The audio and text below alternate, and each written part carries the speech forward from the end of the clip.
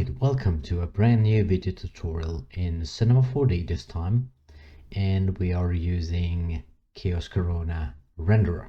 So as you know, all my tutorial, all the tips and tricks that I show can be used in all other DCCs as well. The principles are always the same. So in this tutorial, I want to show you a topic that a lot of people asking, how to set up the color profile for the textures. Here I have a simple scene, just a plane with a very nice tile texture material from Grayscale Gorilla Plus. As you can see, the detail and the quality of these maps are just stunning, right? So the thing is, what I want to show you here is this color profile. So when you bring in the texture maps the first time into the Corona node editor, everything is set it up as embedded default. Okay, so everything comes in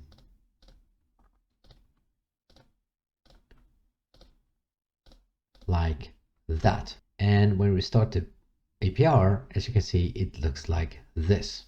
It looks totally wrong. So what you have to do now, when you see this embedded default, change the color profile here for all the color maps to sRGB, and for all the data maps, change it to linear, linear, linear, and linear.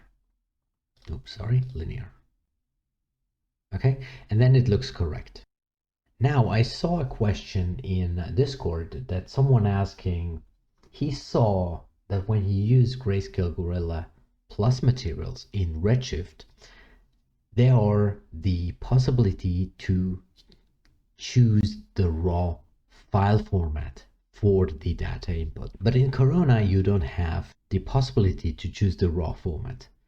You only have the linear function to choose. So how we can set it up so that we can use the raw file, like in Redshift, for example. So the thing is, or the setting is, when you go to the mode scene, you can see down here the color management. So Cinema 4D comes up with the color management basic linear workflow, and the input color profile is sRGB. So this is the reason why you can choose only the linear color profile. And Corona comes up with a very good setting to mimic the ACES workflow or the ACES Colorspace in the tone map of the camera. As you can see here, this is the ACES OT color transform. Right? So when I turn this off, as you can see, everything is washed out, right? And this is basically just a linear color space. It's very flat, it's very washed out and stuff like that. And with the ACES OT, you apply the output transform that is mimicking the ACES color space. Okay, so as you can see that the colors are more rich, more contrasty, more real life like.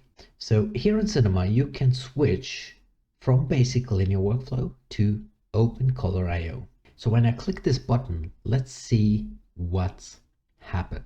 And Cinema 4D transform everything into the OpenColorIO color space. And as you can see that the renderer or the render output has changed drastically. So it's way too dark. So what is the reason for that? So the reason is that Cinema 4D applies the OpenColorIO color profile to the render, and Corona as well applies the ACES OT on top. So this color correction or this color space will be applied twice. And this is why your render looks too dark. The only thing that you have to do to get back to the space that it's looking correct is just turn off the ACES OT. And you're back in business. The other thing is that if we go closer here and look to the data channels, now you can see that the color space is changed to raw. So now you have exactly the same settings that you also see in Redshift, because Redshift already comes in as default as applied the ACCG color space. And this is why you can choose the raw format in Redshift, but you can use the same raw in Corona as well by just switching to the OpenColorIO space driven by Cinema 4D. One side note, sometimes when you work in the OpenColorIO color space in Cinema and you bring in the textures the first time into the node material editor, the textures comes in as automatic default sRGB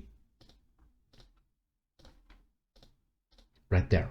What it actually does is that your render looks totally completely off. So make sure that you choose the right color profile here for this. So set this to sRGB, these two raw, these two raw, raw, and raw. And now you can see sometimes you have to refresh the IPR and then you are ready to go. When you're working in the basic linear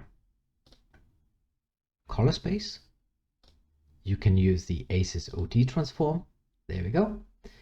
And here you have to choose the linear color profile for all the data textures and sRGB for the color textures. If you are working in the OpenColorIO color space, you can choose the raw color space for the data channels and sRGB for the color channels, and then you have to turn off the ACES OT and you have exactly the same result. So I hope this technical tutorial is helpful for you. If you have any questions, please let me know in the comments, and as always, please like, comment and subscribe to help the channel growing even more. Thank you for listening, thanks for watching, see you next time, and bye everybody.